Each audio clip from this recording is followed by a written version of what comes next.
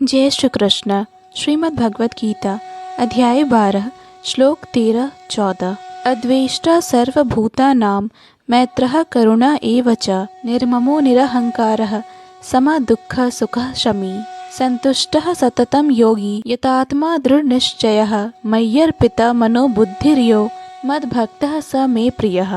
इस श्लोक में भगवान कहते हैं, जो किसी से द्वेष नहीं करता लेकिन सभी जीवों का दयालु मित्र है, जो अपने को स्वामी नहीं मानता और मिथ्या अहंकार से मुक्त है, जो सुख दुख में समभाव रहता है, सहिष्णु है, सदैव आत्मतुष्ट रहता है, आत्म संयमी है तथा जो निश्चय के साथ मुझ में मन तथा बुद्धि को स्थिर करके भक्ति में लगा रहता है, ऐसा भक्त मुझे अत्यंत प्रिय है। अर्थात शुद्ध भक्ति पर पुनः आकर भगवान इन दोनों श्लोकों में शुद्ध भक्ति के दिव्य गुणों का वर्णन कर रहे हैं। शुद्ध भक्त किसी भी परिस्थिति में विचलित नहीं होता, न ही वह किसी के प्रति ईर्ष्यालु होता है, न वह अपने शत्रु का शत्रु बनता है। वह तो सोचता है, यह व्यक्ति मेरे विगत दुष्कर्मों के कारण मेरा शत्रु बना हुआ है, अतएव विरोध करने की अपेक्षा कष्ट सहना अच्छा है। श्रीमद् भागवत में कहा गया है, तत्ते अनुकंपाम समीक्षमाणो भुंजान एवात्म कृतम विपाकम। जब भी कोई भक्त मुसीबत में पड़ता है तो वह सोचता है कि यह भगवान की मेरे ऊपर कृपा ही है, मुझे अपने विगत दुष्कर्मों के अनुसार इससे कहीं अधिक कष्ट भोगना चाहिए था।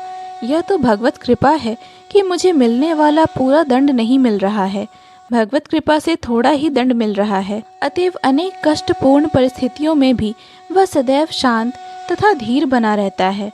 भक्त सदैव प्रत्येक प्राणी पर, यहाँ तक कि अपने शत्रु पर भी दयालु होता है। निर्मम का यह अर्थ है कि भक्त शारीरिक कष्टों को प्रधानता नहीं प्रदान करता, क्योंकि वह अच्छी तरह जानता है कि वह भौतिक शरीर नहीं है, वह अपने को शरीर नहीं मानता है, अतएव वह मिथ्या अहंकार के बोध से मुक्त रहता है और सुख तथा दुख में संभाव रहता है। वह सहिष्णु होता है और भगवत कृपा से जो कुछ प्राप्त होता है उसी से संतुष्ट रहता है।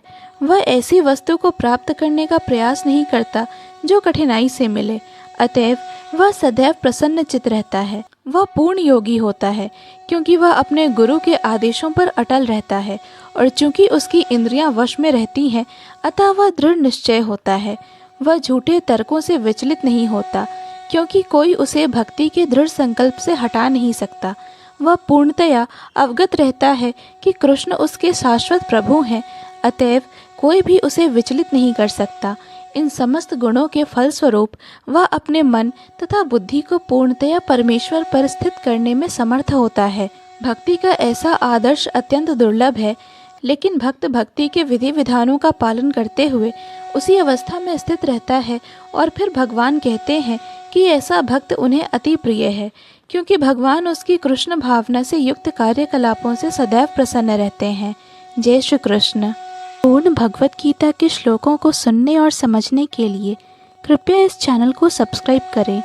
वीडियो पसंद आया हो तो लाइक और शेयर करें।